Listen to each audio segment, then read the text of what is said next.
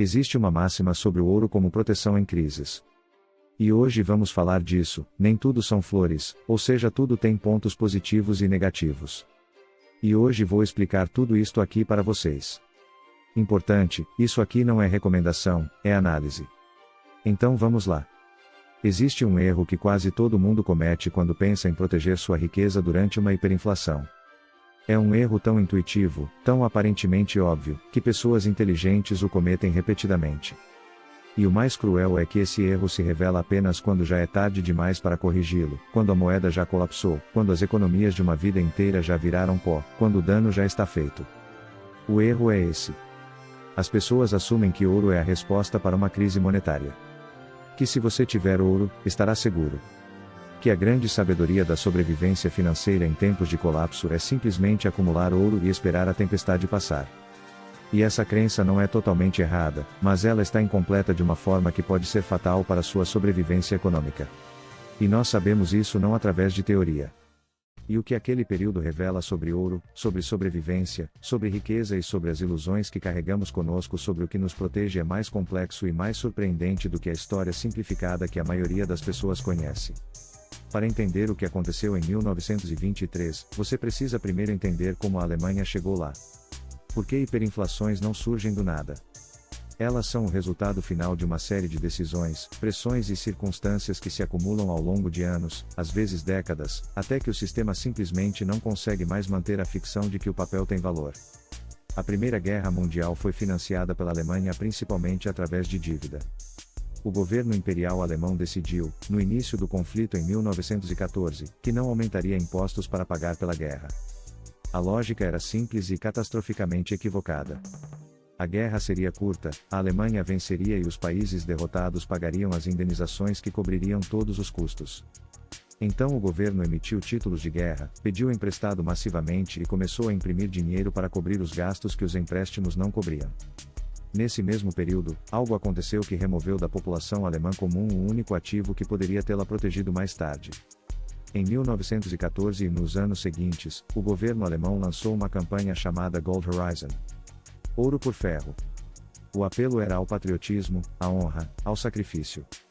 Cidadãos alemães eram convidados, com toda a força da pressão social e do fervor nacional de um país em guerra, a trocar suas joias de ouro, suas moedas de ouro, seus objetos de valor por substitutos de ferro. Você entregava seu anel de casamento de ouro e recebia um anel de ferro idêntico gravado com as palavras "Dei ouro por ferro pela pátria". Era apresentado como um privilégio, uma honra, uma forma de participar do esforço de guerra mesmo sem ir às trincheiras. Milhões de alemães fizeram isso, não porque foram forçados legalmente, porque genuinamente acreditavam que estavam fazendo a coisa certa, porque a pressão social era imensa, porque em 1914 ninguém imaginava que 11 anos depois aquele ato de patriotismo significaria que eles não teriam proteção alguma quando sua moeda colapsasse completamente. O ouro que os alemães entregaram foi para os cofres do Estado. O Estado usou aquele ouro para tentar financiar uma guerra que eventualmente perdeu. E quando a guerra terminou em 1918 com a derrota da Alemanha e o Tratado de Versalhes, impôs reparações de guerra inimagináveis, a Alemanha estava quebrada, endividada, humilhada e a população comum estava sem seus ativos de proteção. A inflação já havia começado durante a guerra, mas o que aconteceu entre 1921 e 1923 transcendeu qualquer definição normal de inflação e entrou em território que desafia a compreensão racionalismo. Em janeiro de 1921, um dólar americano comprava cerca de 60 paper marks. Em novembro de 1923, um dólar americano comprava 4,2 trilhões de paper marks. Não milhões. Não bilhões. Trilhões. Para colocar isso em perspectiva humana, não econômica. Em agosto de 1923, os preços dobravam a cada 2 dias. Trabalhadores eram pagos 2 vezes por dia e tinham que correr para gastar o salário durante o intervalo do almoço porque se esperassem até o fim do expediente, o dinheiro já havia perdido metade do valor. Há relatos de pessoas levando o dinheiro para o mercado em carrinhos de mão. De crianças brincando com maços de notas porque o papel moeda valia menos do que brinquedos de papel. De restaurantes que paravam de imprimir cardápios com preços porque os preços mudavam durante a refeição. E é aqui que a história do ouro se torna interessante e contraintuitiva. A crença popular sobre hiperinflação diz o seguinte: tenha ouro. Esteja salvo. E há uma verdade nisso. As pessoas que mantiveram ouro físico ao longo de toda a crise da Weimar e sobreviveram até a estabilização de novembro de 1923 com o Rentenmark, essas pessoas de fato preservaram seu poder de compra de forma extraordinária. Uma moeda de ouro alemã de antes da guerra, chamada Goldmark, que comprava um certo conjunto de bens em 1913, comprava aproximadamente o mesmo conjunto de bens em 1924 após a estabilização. O ouro atravessou o colapso com seu valor intacto. Mas aqui está o problema. O problema que os livros de história raramente mencionam. Que faz o conselho de simplesmente ter ouro ser profundamente inadequado quando você precisa realmente sobreviver a uma hiperinflação no dia a dia. Ouro durante a hiperinflação de Weimar não foi usado para compras cotidianas. Quase ninguém usava moedas de ouro para comprar pão, para comprar batatas, para pagar aluguel, para comprar combustível. E a razão não é misteriosa. Quando você tem uma moeda de ouro e vai ao mercado comprar comida, você tem um problema fundamental. Ninguém tem troco. Como o padeiro vai te dar troco por uma moeda de ouro quando todo o sistema monetário ao redor está em colapso? O ouro era um ativo de preservação de longo prazo. Era excelente para atravessar a crise e emergir do outro lado com o poder de compra intacto. Mas não era uma ferramenta funcional para navegar o dia a dia do colapso. Então o que as pessoas usavam para sobreviver enquanto o colapso estava acontecendo? A primeira resposta é moeda estrangeira. E aqui está onde o verdadeiro segredo de sobrevivência de Weimar está. As pessoas que navegaram o colapso com mais sucesso, que conseguiam comprar comida, pagar contas, manter alguma semblância de vida normal no meio do caos, eram as que tinham acesso a dólares americanos, libras esterlinas britânicas ou francos suíços. Esses não eram abstrações. Eram objetos físicos de papel que funcionavam como superpoderes em meio ao colapso. Você podia entrar numa loja com $1 americano em 1923 e o comerciante, que recusaria Papermarks por medo de que perdessem metade do valor antes que ele pudesse gastá-los, aceitava dólares com gratidão. Porque dólares eram reais, eram estáveis, eram aceitos no mundo exterior. Isso criou uma divisão brutal na sociedade alemã.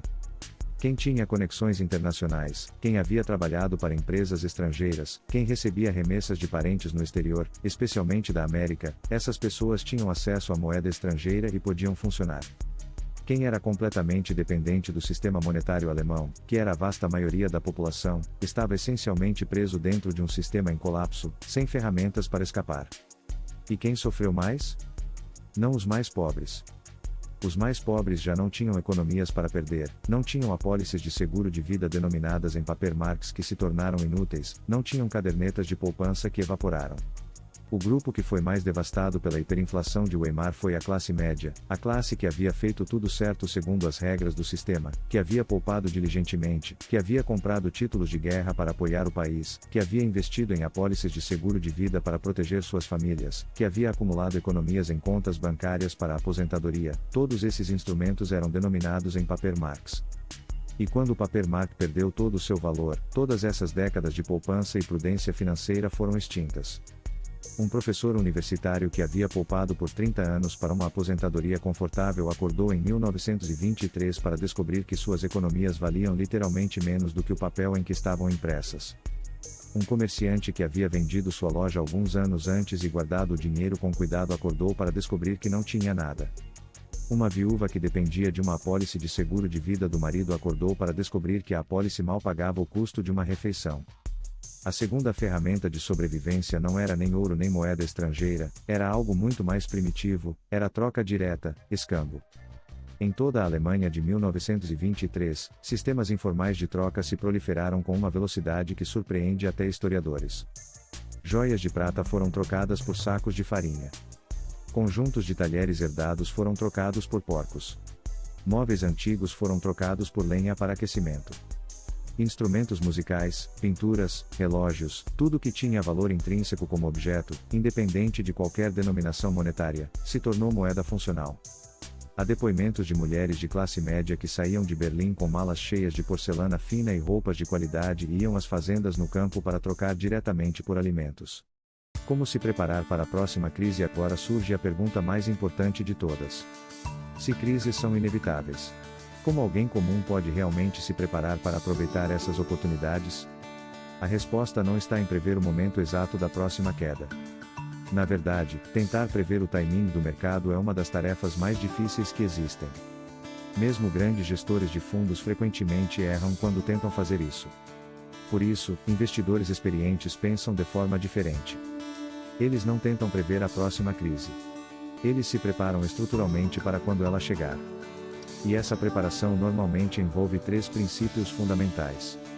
Primeiro princípio: investir gradualmente. Tentar comprar exatamente no fundo de uma crise é praticamente impossível. O fundo do mercado normalmente só é identificado semanas ou meses depois que ele já passou.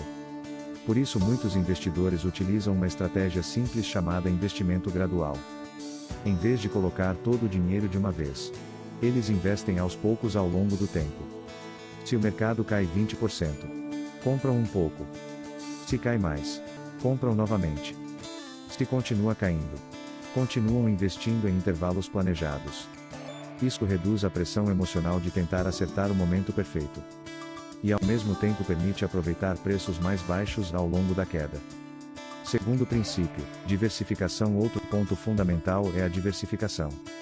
A história mostra que algumas empresas podem desaparecer completamente. Grandes companhias já faliram no passado. Mas quando alguém investe em um índice amplo, como aqueles que representam centenas de empresas ao mesmo tempo, o risco de perda permanente se torna muito menor. Porque enquanto algumas empresas desaparecem, outras crescem e substituem essas posições no mercado. Foi exatamente isso que aconteceu ao longo das últimas décadas. Novas empresas surgiram. Novas tecnologias apareceram. E o mercado como um todo continuou crescendo. Terceiro princípio: manter liquidez. Talvez o ponto mais importante seja ter capital disponível quando oportunidades aparecem. Durante crises, muitas pessoas são obrigadas a vender investimentos porque precisam de dinheiro imediato. Quem tem reservas financeiras não enfrenta esse problema. Pelo contrário, pode aproveitar os momentos de queda para comprar ativos a preços muito mais baixos. Por isso muitos investidores mantêm camadas de proteção financeira. Primeiro um fundo de emergência. Depois investimentos de longo prazo. E às vezes até uma pequena reserva destinada exclusivamente para aproveitar oportunidades de mercado. A mentalidade que faz diferença, mas talvez o maior diferencial entre quem constrói riqueza ao longo das décadas e quem não consegue. Não seja apenas estratégia. Seja mentalidade. Durante momentos de crise, o ambiente é dominado pelo medo. Notícias negativas aparecem todos os dias. Especialistas discutem cenários pessimistas. E parece que o mundo está entrando em colapso. Nessas horas, manter calma e disciplina se torna extremamente difícil. Mas é exatamente nesses momentos que as decisões mais importantes são tomadas. Porque quando todo mundo está correndo na mesma direção, quem consegue pensar de forma independente pode encontrar oportunidades únicas. A lição mais importante da história financeira, se existe uma grande lição que a história dos mercados ensina, é que crises fazem parte do sistema. Elas acontecem repetidamente. E provavelmente continuarão acontecendo no futuro. Mas também é verdade que depois de cada grande crise, novos ciclos de crescimento surgiram. Novas empresas lideraram a economia. Novas tecnologias transformaram o mundo. E investidores que participaram desses ciclos foram recompensados ao longo do tempo. Isso não significa que o caminho seja fácil. Nem que não existam riscos. Mas significa que entender esses ciclos pode mudar completamente a forma como alguém vê o mercado. O que você fará na próxima crise? Agora imagine o seguinte cenário.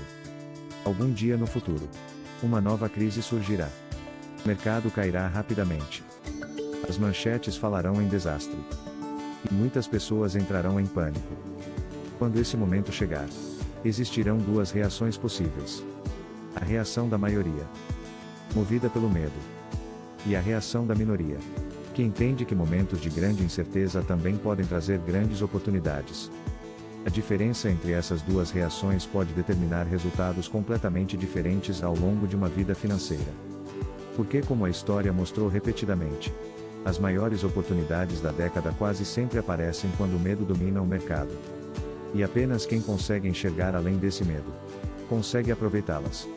Se você quer entender melhor como funcionam os ciclos da economia global, como crises impactam mercados, e como grandes eventos podem transformar o cenário financeiro mundial, se inscreva no canal. Aqui nós analisamos exatamente esses movimentos. porque entender o passado pode ser uma das melhores formas de se preparar para o futuro.